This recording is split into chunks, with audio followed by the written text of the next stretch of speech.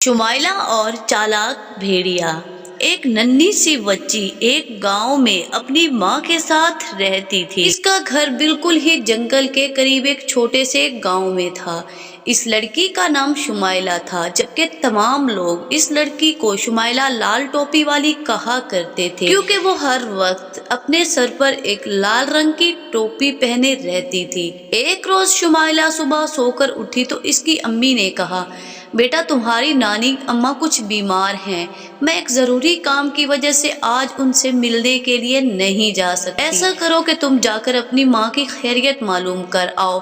और इस टोकरी में इसने कुछ फल भी रख दिए और शुमाइला से कहा कि ये जाकर अपनी नानी अम्मा को दे आओ और उनको देख भी आओ। देखो बेटी, रास्ते में किसी अजनबी से कोई बात ना करना और सीधी अपनी नानी अम्मा के घर ही जाना।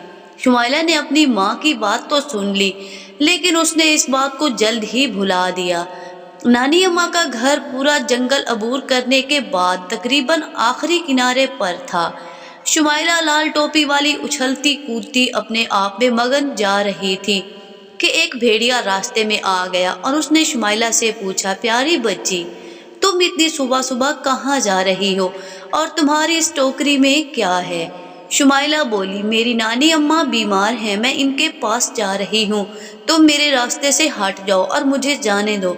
मेरी अम्मी ने रास्ते में किसी भी अजनबी से बात करने से मना किया था। भेड़िए ने कहा, चलो ठीक है, चली जाओ, लेकिन मेरा ख्याल है कि अगर तुम नानी अम्मा के लिए कुछ जंगली फूलों का एक गुलदस्ता बनाकर ले जाओ तो वो बहुत खुश होंगी। शुमाइला को ये तजवीज़ बहुत ज़्यादा पसंद आई और वो जंगली फूल तोड़ने लगी।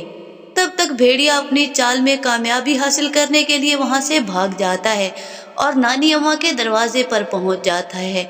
दरवाजे पर हल्की सी दस्तक दी। नानी अम्मा ने पूछा, कौन है? चालाक भेड़िए ने आवाज बदल कर कहा, मैं हूँ नानी अम्मा, शुमाइला लाल टोपी वाली। नानी अम्मा बोली, बेटा दरवाजा खुला है, अंदर आ जाओ। भेड़िए ने दरवाजा खोला और एक ही जस्त में नानी अम्मा की चारपाई के करीब जाकर खड़ा हुआ। पलक झपकते ही नानी अम्मा को निगल गया। अब इसने नानी अम्मा के कपड़े पहने और कंबल ओढ़कर बिस्तर पर लेट गया। कुछ ही देर गुजरी थी कि शुमाइला भी वहां पर आ पहुंची। शुमाइला ने दरवाजे पर दस्तक दी तो चालाक भेड़िए ने नानी अम्मा की आवाज की नकल करते हुए पूछा, कौन है? शुमाइला बोली, मैं हूँ नानी अम्मा, शुमाइला लाल टोपी वाली।